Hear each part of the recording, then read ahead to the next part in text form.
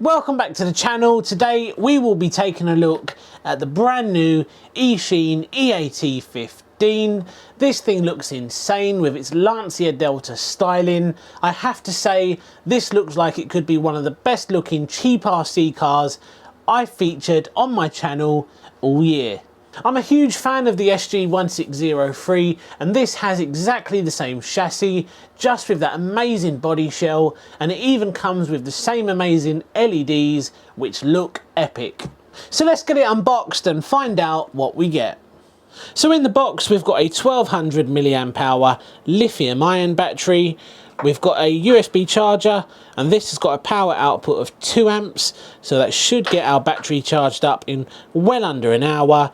You also get an optional set of drift tyres. These are just hard plastic, and from using these on the SG1603, I do find it actually performs better on the stock wheels compared to these, but these are a lot of fun, especially if you're into drifting. They do make a difference, and they definitely make it easier to get sideways. You get a bag of parts which include a screwdriver, there's some spare links in there, some spare body clips, it looks like there's an Allen key, and you also get a little cross wrench. We've got a nice user manual which is quite detailed, and it does cover everything you need to know to get you up and running, and it even tells you how to adjust all the different settings on this little car. Finally, we have got a very nice 4-channel transmitter, and this thing has got quite a few different features. It's got the ESP settings there, so you can turn your gyro up and down depending on how much stability control you want. You've got your steering trim, your steering dual rate, throttle reverse, steering reverse. You can adjust your speed on channel 4, and you adjust your LEDs on the channel 3 button there. I'm also a big fan of the foam grip that we get on the wheel. Overall, a very nice piece of kit. So you've got various different options when it comes to the LED headlights on this.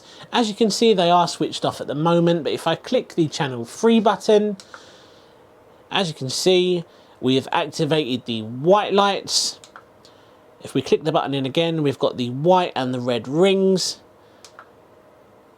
Clicking the button again turns the lights off, and again we've just got the red rings, and I think they look really good. If anything, they are my favourite on this, and also on the SG1603. I was a big fan of the red rings, and I think they look the best. You also get a red LED on the rear valance, and again you can turn that on and off using the channel 3 button. Wow, doesn't this look fantastic? There's no denying they were going for the Lancia Delta look with this one, and I have to say, like I mentioned earlier, I think this has to be one of the best looking RC cars that I have featured on my channel this year. We've got a really nice rear valance, and I just love the overall look of this wide body. So let's get the body shell off and take a closer look at the chassis itself. So taking a closer look under the body shell then, this has got a 3900 kV brushless motor with a blue heatsink. We've got a 2-in-1 ESC and receiver unit, and it does feature ports for you to plug in your LED lights. We've got a 3-wire mini servo, and this does have friction shocks. And you know, from driving about the SG1603 brushed and the brushless, the shocks don't feel too bad. It is obviously quite low down, and if you're running on a fairly smooth surface, you're not going to have too many issues with the included standard shocks. You've got metal drive shafts and you've also got a metal centre drive shaft. Ball bearings all round, and this does have plastic diffs, but these have been known to hold up really well even when people upgrade their brushless system. The diffs on these have been known to do very well.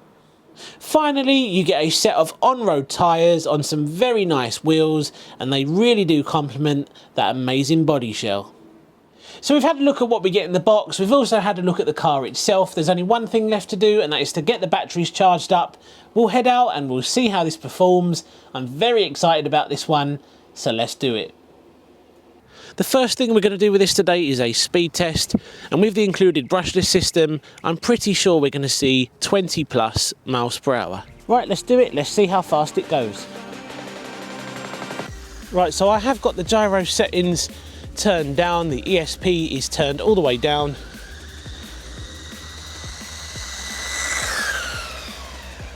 And in general, these are twitchy models anyway,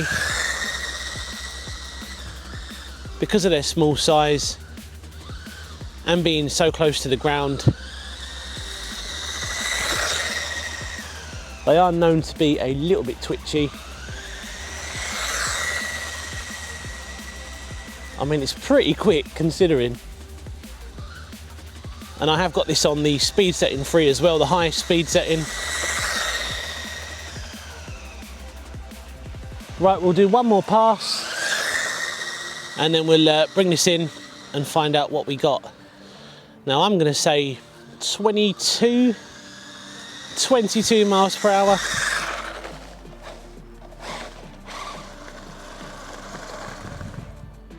Right then, let's see what we got.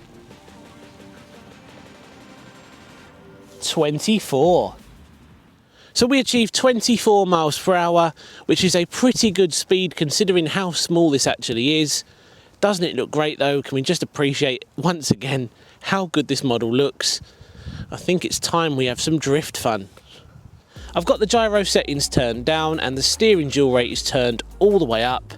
So let's see how we get on. Since we've got the gyro turned all the way down, we are getting no assistance with the stabilisation. So it is a little bit difficult to keep it in a straight line, especially when we're using the highest setting on the speed switch. Not uncontrollable, but a little bit twitchy.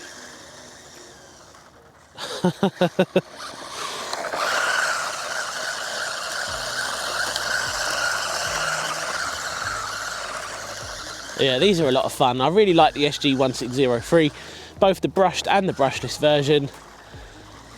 And this performs exactly the same because it is essentially exactly the same chassis, same internals, just a different body shell.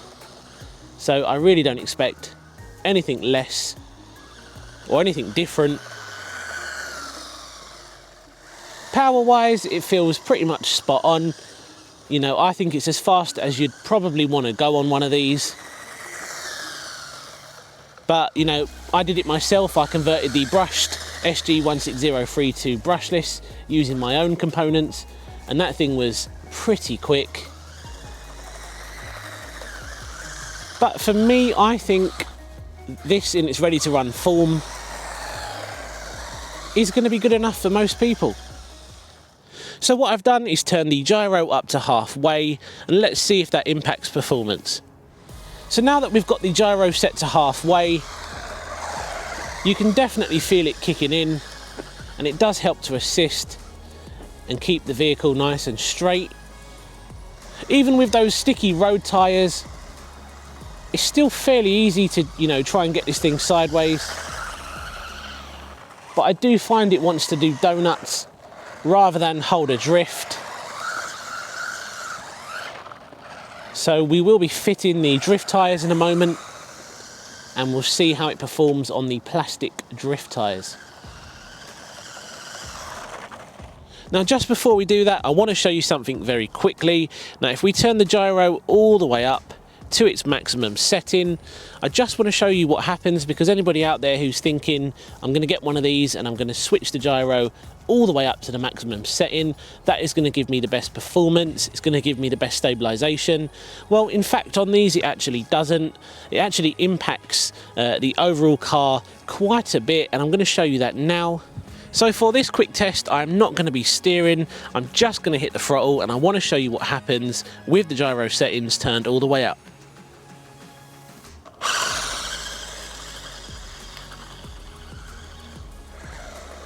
So what happens is the gyro system starts to overcompensate. As you can see, the car doesn't want to stay in a straight line. So the best settings to run on this is very little stabilization. I really wouldn't go past halfway on the dial because it actually makes the performance worse.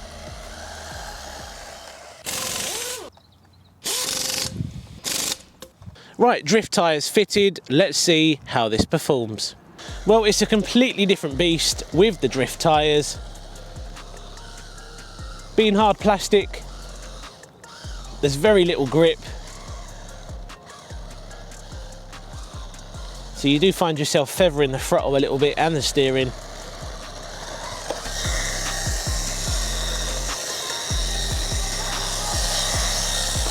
I think this is where it really comes in handy, having an inbuilt gyro. And I think what we'll do is we'll switch it up to halfway and we'll see if that makes it any easier to drift this thing.